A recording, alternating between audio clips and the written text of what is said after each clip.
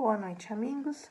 Eu estou aqui para falar um pouquinho sobre a volta do Egito, que está em Mateus, capítulo 2, versículos 19 a 23, que é aquele ponto no qual José é avisado em sonho da morte de Herodes e da possibilidade de retornar para a terra de Israel. Assim, ele e sua família iniciam a jornada de retorno e no caminho dessa jornada, José pondera que é mais seguro instalar-se em Nazaré do que em Jerusalém. Bom, a morte de Herodes, como ponto inicial dessa viagem, tem para mim, na minha interpretação, uma relação com a transitoriedade do poder terreno, com a finitude da matéria. Porque, mesmo ser mais rico e poderoso, pensando nesse poder terreno, vai ter a sua ação limitada pela finitude da matéria, demarcada pelo tempo de vida que lhe foi reservado. E isso remete à importância de fazer bom uso do tempo nesta encarnação, de estar vigilante, para sem descuidar das necessidades da matéria, voltar-me em consciência e em ação para valores mais elevados, que me acompanharão para além desta existência. Com a morte de Herodes, José é avisado em um sonho de que pode retornar, mas nesse trajeto ele percebe o risco de voltar a Jerusalém e decide ir a Nazaré. José soube confiar em sua fé, em sua intuição e em sua razão. Deste modo, creio eu, pode-se dizer que ele exerceu uma fé raciocinada, unindo fé e inteligência nas tomadas de decisão. É este tipo de fé que é esperado de nós. É uma fé voltada para a ação, guiada também pela razão. Jesus, mesmo sendo um espírito tão evoluído, escolheu encarnar em nosso planeta, como um humano. Ele se colocou na condição não apenas de entender, e sim de vivenciar a humanidade. Desta forma, num ato de amor e humildade, já ao nascer, Jesus se mostrou como um nosso irmão. E, ao encarnar, esteve também sujeito às vicissitudes da vida humana. Foi um bebê indefeso e contou com o apoio de uma família para o guiar e proteger. É certo que a vinda de Jesus, quem seriam seus familiares, seus pais, foi preparada muito antes da sua efetivação. Maria e José eram também espíritos de grande envergadura moral para assumir a tarefa de proteger, amparar e guiar o Cristo.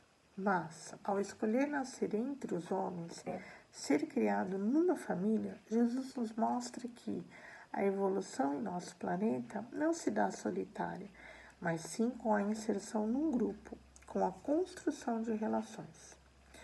Seja por um planejamento reencarnatório ou pela afinidade, nós nascemos dentre aqueles com os quais precisamos aprender e também a nos relacionar. O retorno da família de Jesus, partindo do Egito, foi uma viagem cheia de desvios, e justamente essas mudanças de trajeto garantiram que se chegasse ao objetivo de manter Jesus a salvo, ou seja, por mais difícil que tenha sido o caminho, eles estavam no tempo certo e no lugar certo. Também acontece conosco, em nossa jornada evolutiva. Por mais que haja dificuldades ou que não tenhamos clareza, sempre estamos no lugar e na hora certos para o nosso próprio aprendizado e transformação. A saída de Jesus a Nazaré simboliza uma jornada para a renovação da evolução da humanidade. Isso, de certa forma, se relaciona com outro tópico que eu quero tratar aqui, que é sobre o menino Jesus no meio dos doutores, que está em Lucas, capítulo 2, versículos 39 ao 50. Se refere àquele evento no qual a família de Jesus foi, como tradicionalmente, anualmente ia, a Jerusalém comemorar a Páscoa e Jesus, com 12 anos, se separa de sua família e é encontrado, após 3 dias, no templo, falando aos sábios do templo. Bom, a família de Jesus respeitava as tradições judaicas. Todo ano comparecia a Jerusalém para celebrar a Páscoa. Mas o que era a Páscoa naquela época? Já que a Páscoa judaica e a Páscoa cristã, obviamente, têm significados diferentes. Para os judeus, a Páscoa, ou Pessá, travessia, é uma festa relacionada com a saída do Egito sob o comando de Moisés. A travessia dos judeus pelo Mar Vermelho em direção à Terra Prometida, que simbolizou a passagem da escravidão para a liberdade. A comemoração desse fato, anualmente, era e é uma forma de relembrar e fortalecer os laços entre o povo.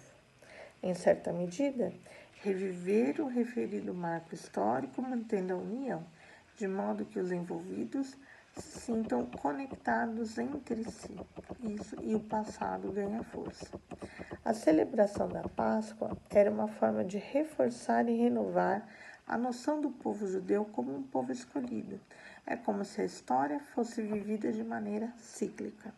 A imagem de Jesus Cristo aos 12 anos, na Páscoa, falando aos sábios no templo, remete também à ideia de renovação. Um jovem, portador da boa nova, da sabedoria divina, falando aos mais velhos, que eram portadores de um conhecimento já cristalizado. Essa imagem é um sinal da renovação que estava em curso. Mesmo que naquele momento ninguém pudesse imaginar como aquela criança transformaria o mundo. A evolução faz parte do desenvolvimento natural da humanidade. O movimento e a renovação estão sempre presentes. Jesus estava com 12 anos, saía da infância para se tornar um adulto. Do mesmo modo, a humanidade era convidada, e ainda é, convidada a vivenciar uma nova etapa de seu desenvolvimento. Quando Maria e José o encontraram, Jesus questionou: "Por que é que me procuráveis? Não sabeis que me convém tratar dos negócios de meu pai?"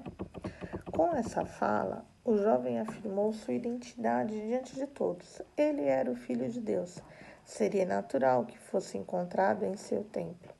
Assim como Jesus trouxe a renovação para a humanidade, ao apontar a passagem da morte para a vida, com a ressurreição, o Espiritismo também vem mostrar uma renovação, que a relação entre a morte e a vida não é definitiva, que todos somos convidados a nos renovar diariamente e que a evolução da humanidade se dá a partir da transformação gradual e constante que ocorre nos corações e ações de cada um de nós.